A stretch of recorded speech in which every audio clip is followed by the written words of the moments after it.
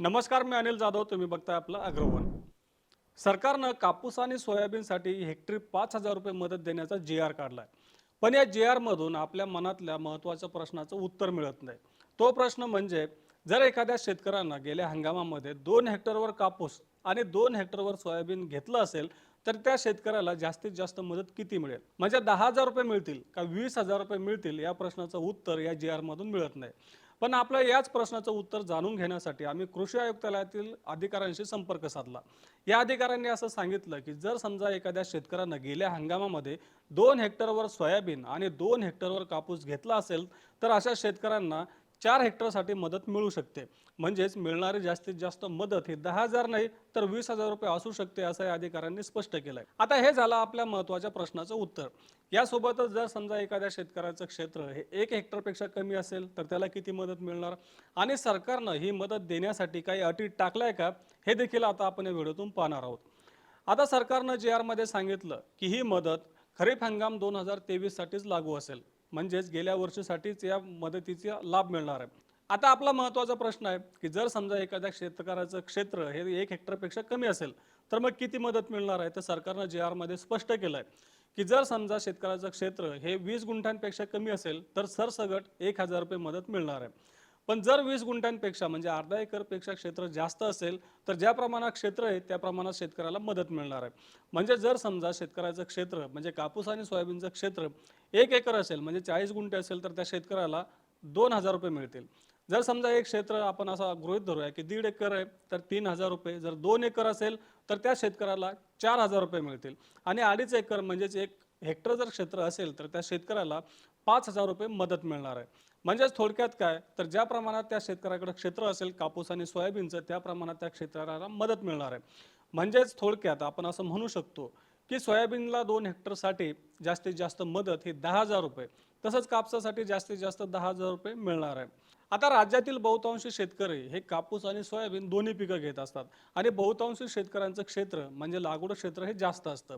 आता समजा गेल्या हंगामामध्ये एखाद्या शेतकऱ्यानं 2 हेक्टरवर कापूस 2 हेक्टरवर सोयाबीन घेतलं असेल, म्हणजे 4 हेक्टरवर हे पिकं घेतले असतील, तर 4 हेक्टरसाठी मदत मिळेल, म्हणजेच 20,000 रुपये मिळतील.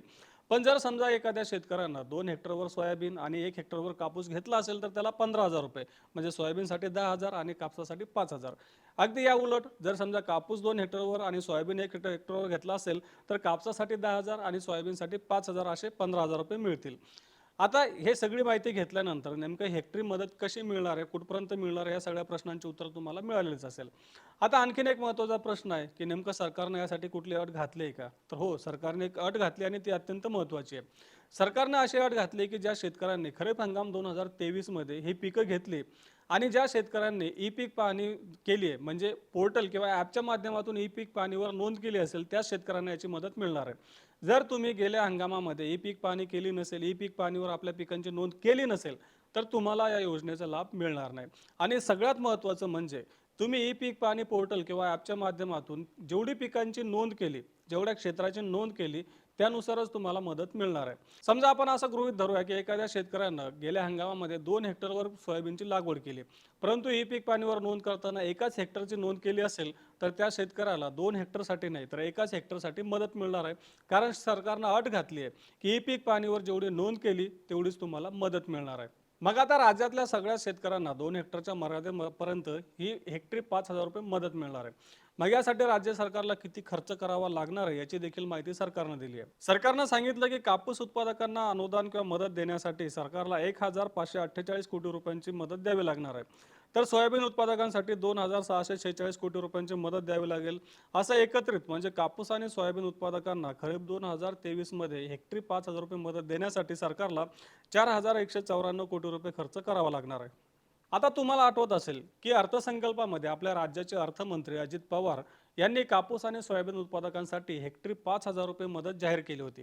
2 हेक्टरच्या मर्यादेमध्ये ही मदत मिळणार होती असं त्यावेळी सांगण्यात आलं होतं. आता त्याचा जी-आर आपल्या सरकारनं काढलेला आहे. 29 जुलै रोजी या संबंधीचा जी-आर काढण्यात आला. यामध्ये केवळ शेतकऱ्यांना किती मदत मिळणार याची माहिती देण्यात आली, परंतु दोन्ही पिकं 2-2 हेक्टरपेक्षा जास्त क्षेत्रावर घेणाऱ्या शेतकऱ्यांचं उत्तर या जी-आरमध्ये नाही आहे. तसंच ही मदत पुढच्या काळामध्ये शेतकऱ्यांपर्यंत कशी पोहोचवली जाणार, त्यासाठी कोणतं धोरण राबवणार याची देखील माहिती सरकार पुढे देईल असं या जी-आरमध्ये सांगण्यात आलं आहे. आता एकूणच सरकारची ही मदत आणि धोरण याबद्दल तुम्हाला काय वाटतं आम्हाला कमेंट बॉक्समध्ये नक्की कळवा. तसं रोज सायंकाळी 8 वाजता मार्केट इंटेलिजन्स या सेगमेंटमधून आपण शेतीमालाचा बाजारभाव, सरकारची धोरणं यांचा आढावा घेत असतो. त्यासाठी आपल्या ॲग्रोवनच्या चॅनलला नक्की सबस्क्राईब करा आणि हा व्हिडिओ जास्तीत जास्त शेतकऱ्यांपर्यंत पोहोचवण्यासाठी लाईक आणि शेअर करायला विसरू नका.